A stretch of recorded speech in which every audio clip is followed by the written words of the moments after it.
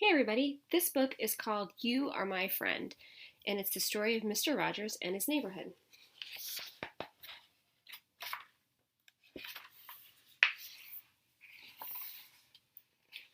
In the springtime, when everything was growing green, Fred Rogers had to stay inside.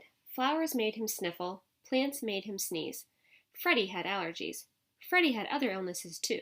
He spent many days in bed. Sometimes he had to stay inside for weeks at a time. Being sick made it hard to make friends.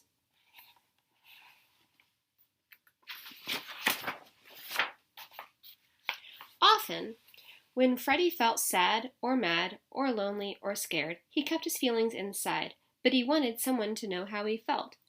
Freddie found that he could talk about his feelings with his puppets. He gathered them around him on his bed. That way, it seemed as though he was with a whole group of friends.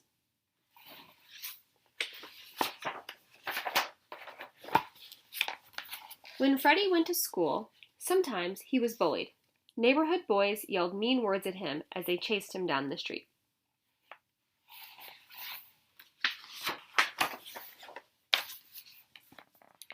Grown-ups told Freddie to pretend the mean words didn't hurt, but they did. Hiding his feelings didn't work. They just grew stronger. Sometimes, when he was all alone, Freddie cried.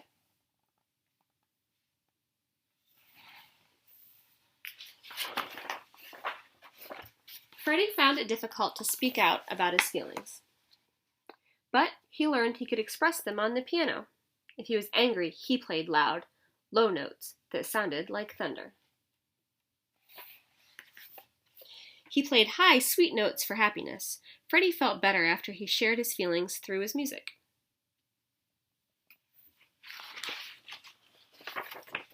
Freddie's mother gave him a way to deal with his worried feelings. She told him to look for people who were helping. Freddie began to look for helpers right in his own neighborhood. He liked to visit Mama Belle Frampton. She welcomed him and showed him how to make toast sticks all by himself. Freddie liked the good feeling of learning something new from his neighbor.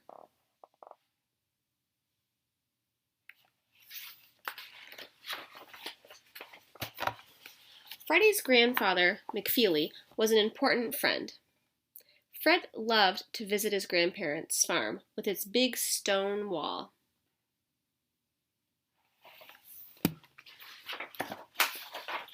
One day, Fred went into the room where all the adults were talking. No one looked his way.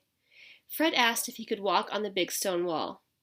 Then everyone looked his way. Most of the grown-ups said, "No, you might get hurt." But Grandpa McFeely said yes. Fred climbed and walked and then even ran on the wall.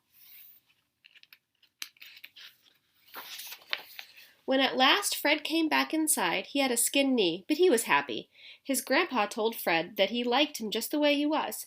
He said Fred was special, and that just by being himself, Fred made the day special too. Fred let those words sink deep inside him. As he thought about them, he felt braver.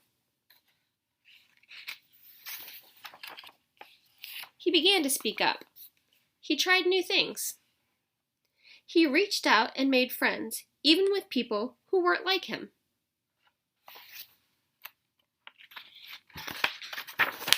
One day, when Fred was grown up, he saw a television program.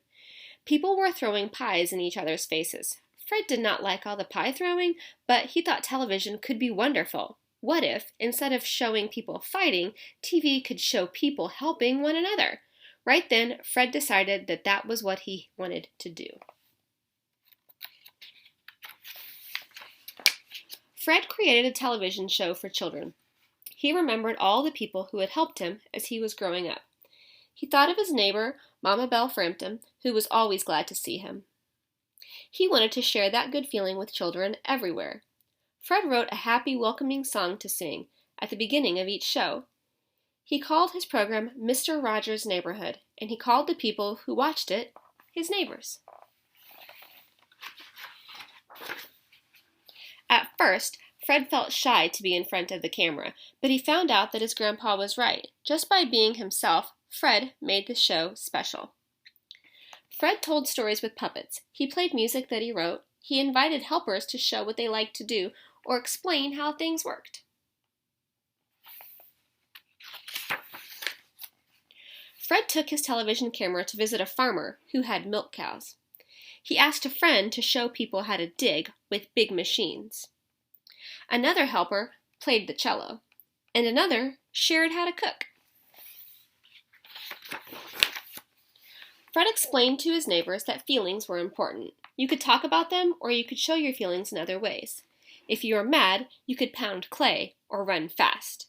If you were sad, you could sing a song soft and low. If you were happy, you could dance. Fred helped people learn to like themselves. He helped them to be good neighbors. Fred never forgot how his grandpa made him feel. Over and over, he would look right into the camera and pass along the important words that changed his life. You made this day a special day, just by being you. There's no person in the whole world like you, and I like you just the way you are. So the end of the book has a really cool biography about Mr. Rogers, and then it also talks about the illustrations and then the books where he got the information.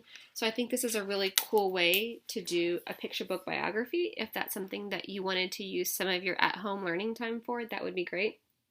But one of the reasons why I chose this book is because we were talking about Mr. Rogers the other day, and I didn't have this book yet. I found it and I ordered it.